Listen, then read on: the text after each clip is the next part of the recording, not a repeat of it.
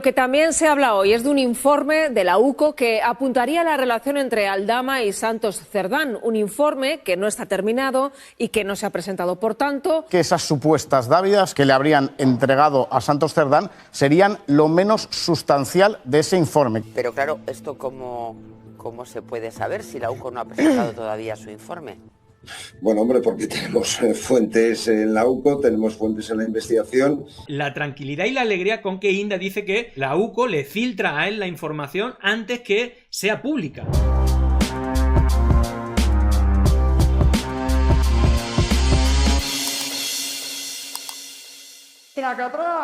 Bueno, ya sabéis que en los últimos años, bueno, las cloacas del Estado ya sabéis que tiene varias ramificaciones y que aparte de la fuerza y cuerpos de seguridad del Estado que hacen filtraciones, pues también hay jueces que activan o desactivan causas según vaya conveniendo, y la pata más importante es la mediática, y aquí tenemos a pues Eduardo Inda y Ana Rosa, y bueno, siguen estando todos después de todas las cloacas operando con cientos de bulos, decenas de bulos contra el independentismo catalán, contra Podemos, y ahora es verdad que estamos en una fase donde vale cualquier cosa contra gente del gobierno, principalmente del PSOE, y que ese caso Koldo están sacando un montón de ramificaciones donde quieren involucrar a todo el gobierno y a todo el PSOE. El último caso, que es el que vamos a ver ahora, es la involucración de Cerdán, el secretario de organización, casi el número 2 del Partido Socialista, donde supuestamente por una filtración de la UCO le han regalado o le han pagado coches de alta gama como un Audi, un Volvo y terrenos, ¿no? Bueno, de todo esto que hay que respetar la justicia y la UCO, que bueno, pues también ha hecho un buen trabajo. A mí lo que me llama la atención de todo esto son las filtraciones y sobre todo la tranquilidad y la alegría con que Inda dice que la UCO le filtra a él la información antes que sea pública. Es decir, después de que este tipo haya hecho decenas de publicaciones falsas con informaciones filtradas de las cloacas del Estado, ¿no? Es decir, estamos hablando de algo muy grave y que, bueno, vamos a empezar por esto, luego vamos a desarrollar bien todo lo que pasa con Cerdán, que no podemos poner, por supuesto, la mano en el fuego, lo que sí me parece una brutalidad, igual como he dicho que, bueno, lo de los WhatsApp de Pedro Sánchez, que ahora están publicando con Ábalos para intentar involucrar, pues, con toda la investigación que hay con Ábalos y Koldo,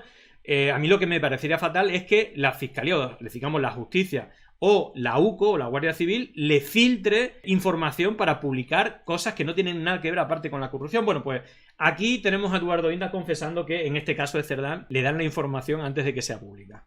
Pero claro, ¿esto cómo se puede saber si la UCO no ha presentado todavía su informe?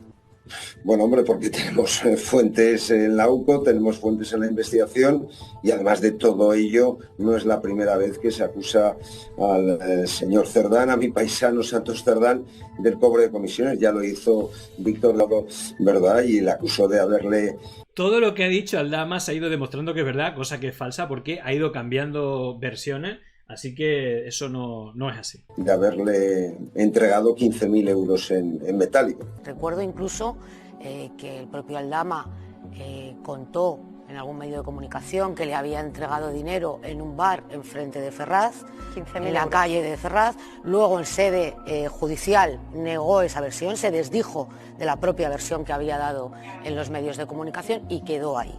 Es cierto que no es la primera vez que sale su nombre, pero también es cierto que son informaciones que apuntan a supuesta información de la UCO que todavía no hemos visto. Yo lo único que deseo es que este supuesto informe de la UCO tenga o corra mejor suerte que el informe PISA, la financiación iraní de Podemos, las cuentas en Suiza de Xavier Trias y cuantos informes de la UCO o informaciones periodísticas hemos visto y nos han dado para grandes jornadas de comentario y de debate político, y luego judicialmente se han quedado en nada.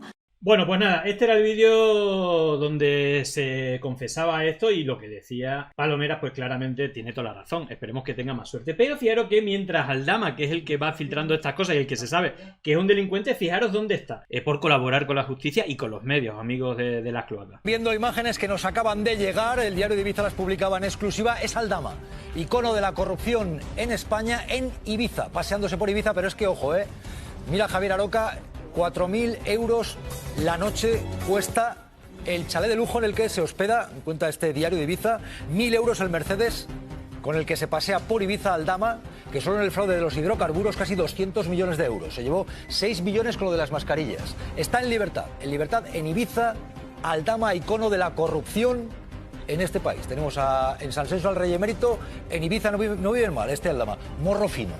Morro fino, si vemos, oye, dice, tenedor, 300 euros el comensal, los restaurantes a los que va, cuenta el diario de Ibiza. Sí, pero la pregunta es por qué está en la calle. Porque lo ha puesto el juez.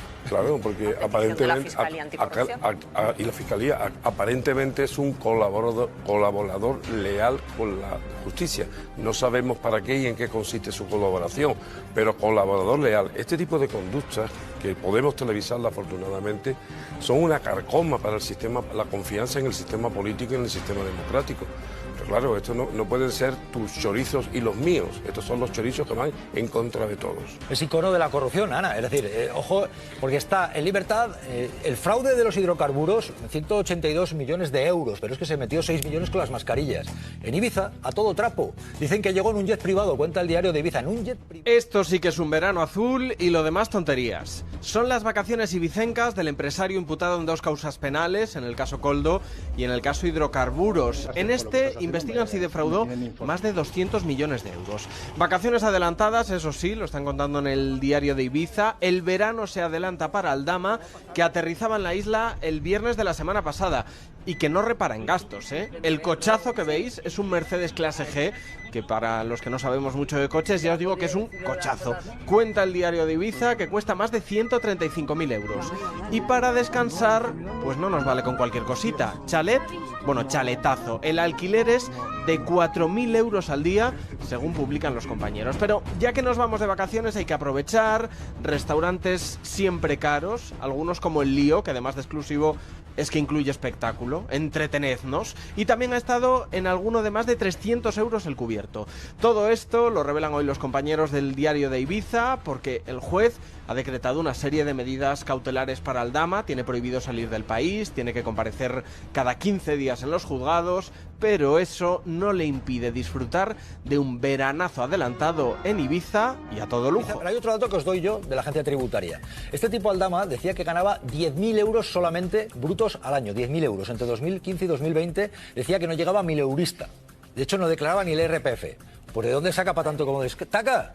Y luego pegó el pelotazo. O sea, es de echarle morro. Bueno, pues nada, vamos a contar también un poco de qué va esto, ¿no? Porque al final las declaraciones de Aldama han hecho que la AUCO y todo el sistema pues le den privilegios al señor Aldama, pero que, bueno, pues haya todo un ruido, ¿no? Donde hay que separar el trigo de la paja, donde están las cosas que son verdad, que son mentiras, pero lo que sí hay un ruido mediático con cada falsedad o verdad que haya, mezclándolo todo, ¿no? Fijaros porque el último es el señor Cerdán, al que le han dicho que le compran un Audi y un Volvo. Le ha dicho que si alguien encuentra el Audi, que se lo regala igual que los terrenos. Lo que también se habla hoy es de un informe de la UCO que apuntaría a la relación entre Aldama y Santos Cerdán, un informe que no está terminado y que no se ha presentado. Por tanto, hay medios que apuntan a indicios de corrupción, lo que es un hecho. Lo que sabemos es que Esther Redondo, tú has hablado con él, con Santos Cerdán, y lo niega. Sí, el número 3 del PSOE asegura que no ha cobrado comisiones ilegales y que la trama no le ha facilitado ningún vehículo. Santos Cerdán tiene un Volvo, como así queda reflejado en su declaración de bienes del Congreso, pero asegura que no tiene ningún Audi ni tampoco terrenos y que si alguien los encuentra se los regala ante notario. Son palabras textuales en conversación con La Sexta. El PSOE lamenta el daño reputacional que se le está haciendo a su dirigente y que se estén filtrando datos de un informe que ni tan siquiera esté en manos del juez.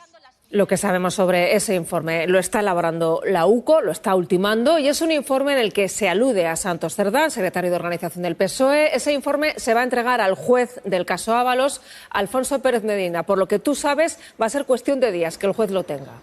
Sí, según fuentes de la investigación consultadas por La Sexta, ese informe existe, están trabajando en él los agentes de la Unidad Central Operativa de la Guardia Civil y va a describir las relaciones que Santos Cerdán tenía con la red Koldo, con el exministro José Luis Ábalos, con su asesor Koldo García y con el comisionista Víctor de Aldama. Todavía no está terminado, la previsión es que en los próximos días se entregue al juez del Tribunal Supremo, Leopoldo Puente. Lo que nos comentan esas fuentes es que esas dádivas de coches que hemos conocido hoy pueden ser lo menos sustancial en ese informe.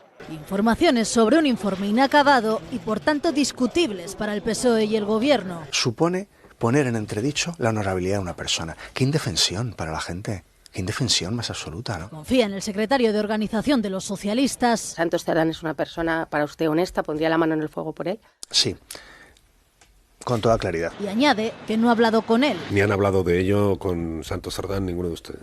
Que yo sepa, no, yo desde luego no. La Sexta sí lo ha hecho, niega comisión alguna ni en forma de coches ni de terrenos como se publicó anteriormente y reta a buscarlos. Al que los encuentre, dice, se los regalará ante notario. Si la UCO ha errado en su informe, el señor Santos Cerdán se podrá defender, igual que yo defiendo mi información. Es la autora de esa información de artículo 14. Traslado la información que recoge ese informe, parte de la información, una mínima parte de la información. Prudencia también en el Partido Popular. Lo que han publicado los medios de comunicación es tremendamente grave. Vamos a ser prudentes. Si fuese el señor Santos Cerdán, hoy habría convocado una rueda de prensa. Cerdán asegura que lo único cierto es que tiene un Volvo, pero pagado con un crédito, como recoge su declaración de bienes del Congreso.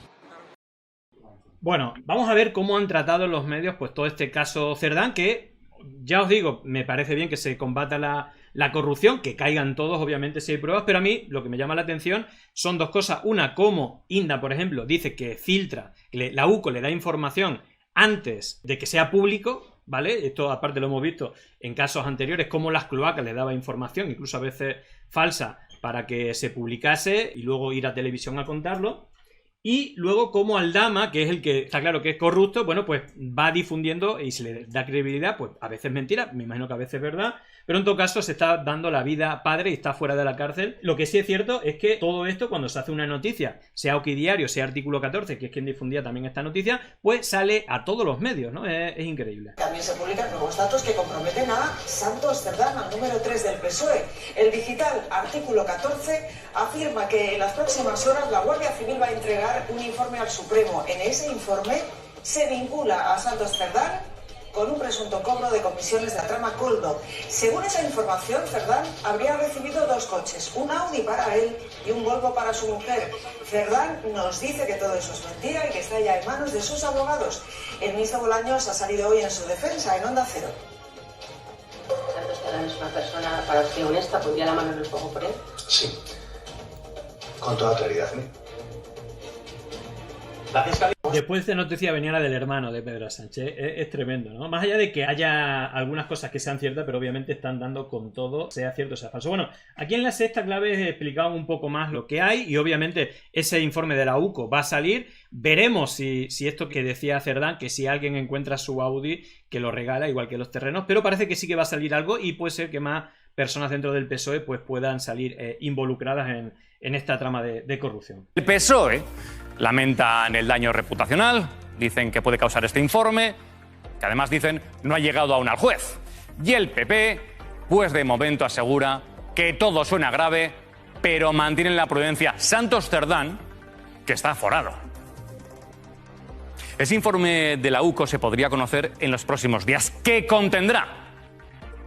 Alba Blanco, ¿cómo y cuándo interviene la UCO en una trama de corrupción como Coldo? Pertenecen a la Policía Judicial, así que solo pueden actuar bajo la orden de un juez o del Ministerio Fiscal, de la Fiscalía Anticorrupción. En este caso, cuando se pone el foco sobre un perfil, ellos investigan, por ejemplo, con registros, con escuchas, con declaraciones siempre avaladas, eso sí, por el propio juez. En esos registros pueden requisar cualquier tipo de material que consideren importante para la investigación, pero en sus conclusiones, en esos informes, solo incluirán aquellos datos que consideren que pueden influir en lo que el juez está tratando de averiguar. ¿Y un juez hasta qué punto le da credibilidad siempre a un informe de la UCO? ¿Qué sabemos por experiencia?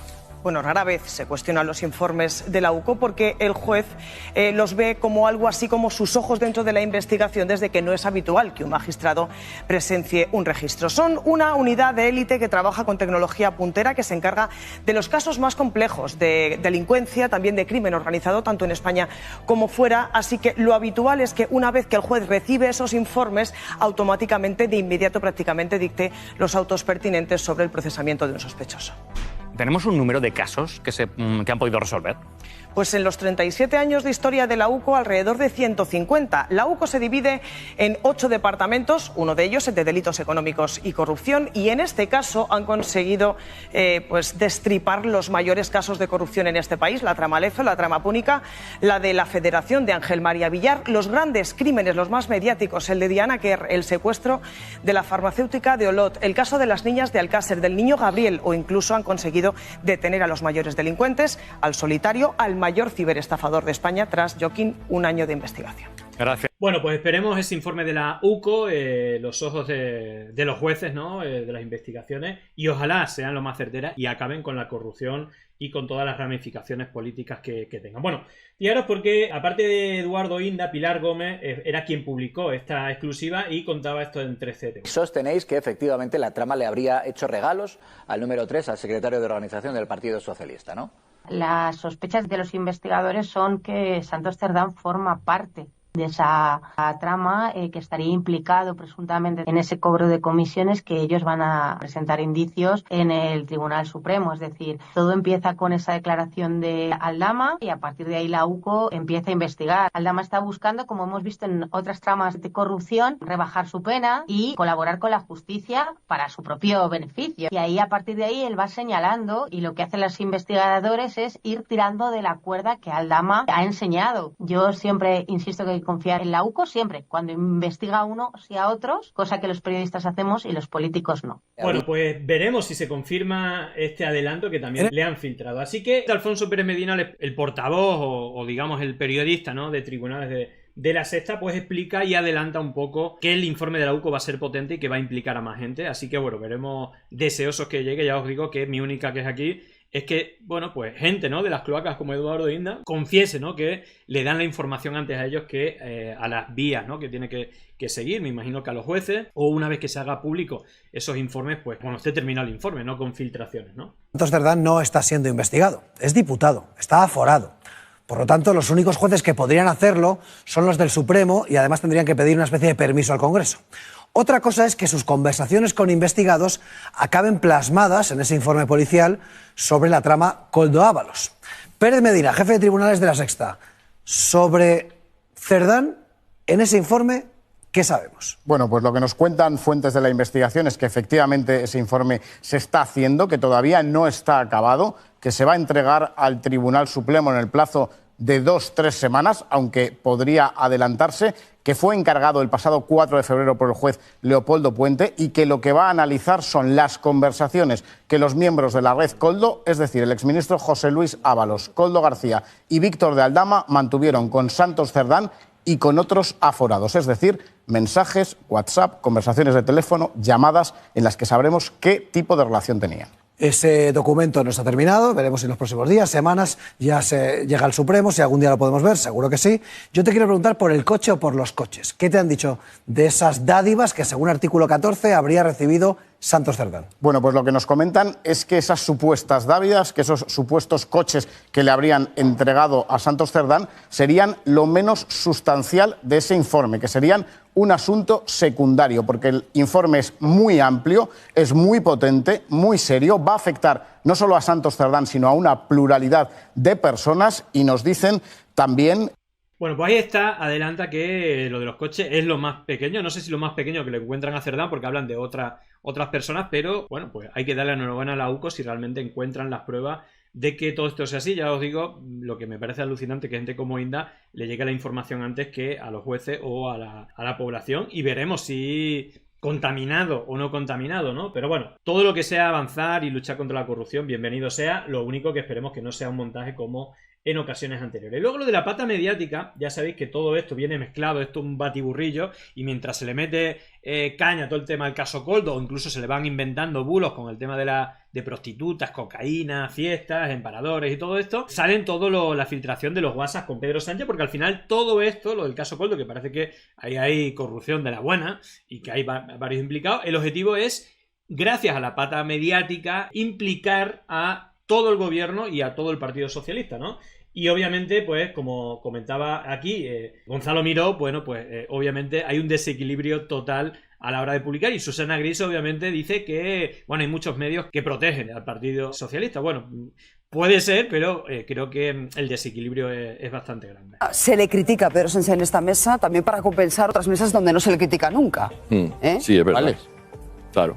Sí. Te digo, te puedo hacer una lista de medios afines. Por favor, y hacemos la contraria. A ver quién gana. Hacemos la contraria a ver quién gana. Pues no sé qué decirte ahora mismo. O sea, no hay partido. No hay partido. O sea, ¿tú crees que son muchos más los medios críticos con Pedro Sánchez que los que no lo son? No tengo la más mínima duda. La más mínima duda. Pero vamos, es una cuestión de sentarse y hacer números, ¿eh?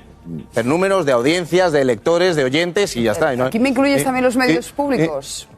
¿Me incluyes también los medios públicos? También te los incluyo, claro. O sea, en la lista también te los incluyo, por supuesto. Yo que no soy de números, que soy de letras, volviendo a cómo viven los partidos. Efectivamente, ¿quién tiene el poder? Bueno, no sé qué opináis, pero yo estoy un poco de acuerdo con Gonzalo Miró.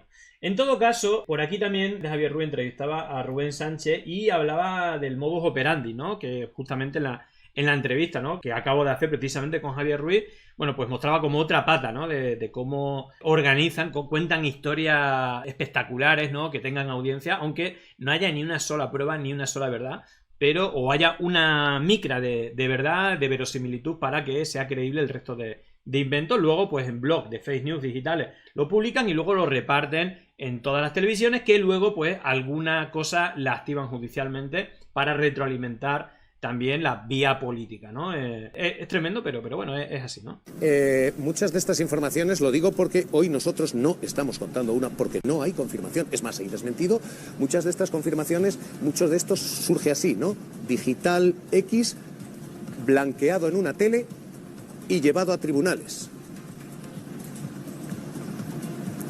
Sí, además a veces es muy burdo, pero van con ello y no tienen el más... Ahí lo ha colado. Es muy burdo, pero van con ello, tal cual. Ya sabéis que a Rubén Sánchez lo tienen vetado, censurado Ferreras en La Sexta desde hace varios años. Pero sí, es burdísimo, la verdad. Mínimo pudor ni decencia en lanzar mentiras a sabiendas. Amplifican lo que dice un medio, un pseudomedio muchas veces, o incluso lo que dice un anónimo. Se le da cierta credibilidad y sobre todo el gran problema es que por mucho que ante millones de espectadores se desmienta el bulo, una parte de ellos le va a dar igual, se lo van a seguir creyendo y a otra parte no le va a llegar el desmentido, sobre todo porque la mentira es mucho más espectacular que la verdad, llama mucho más la atención, todo el mundo va a hablar de ella y en el momento del desmentido pues posiblemente no estén tan atentos a la información que se esté difundiendo.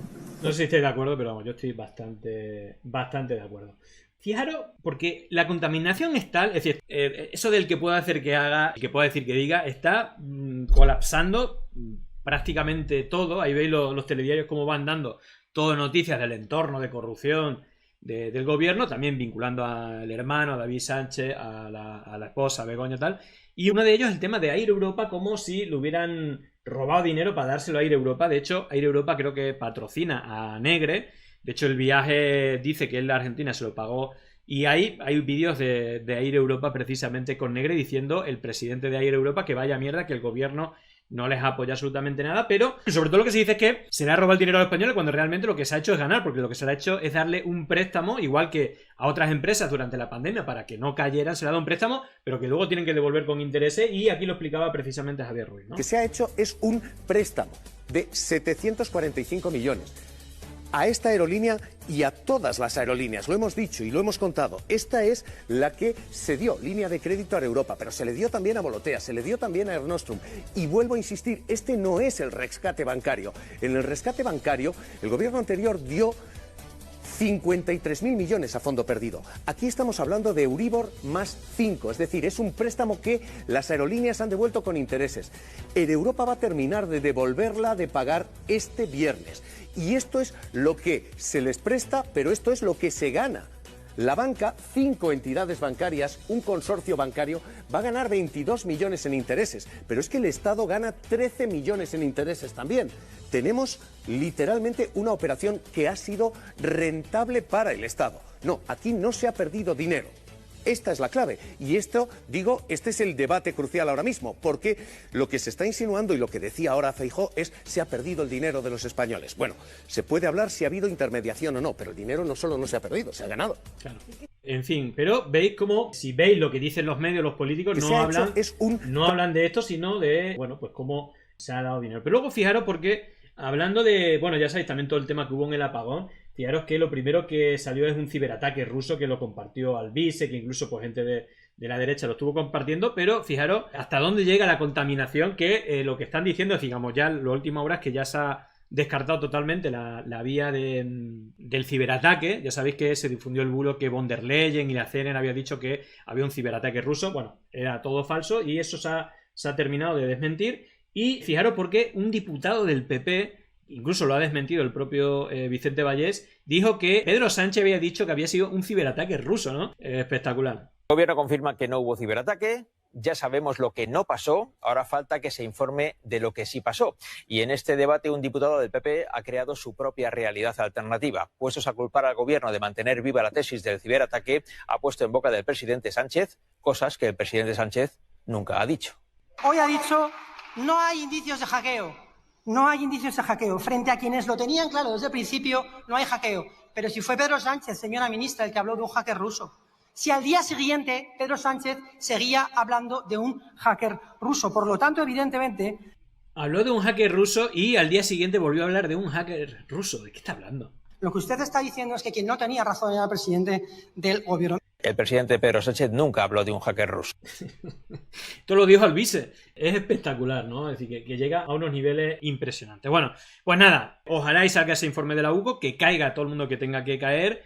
Y si puede ser que no le hagan filtraciones a gente como Ainda, que luego, bueno, pues a veces manipula, bueno, de lo lindo, ¿no? Y obviamente todo eso luego se usa políticamente, mediáticamente, pero creo que no, esa parte no está bien, la verdad. Llegó el momento de no estar callado, de desmontar inventos que vienen envenenados. Es contrainfo, que no es lo mismo. Pandemia digital, desinfectando su cinismo.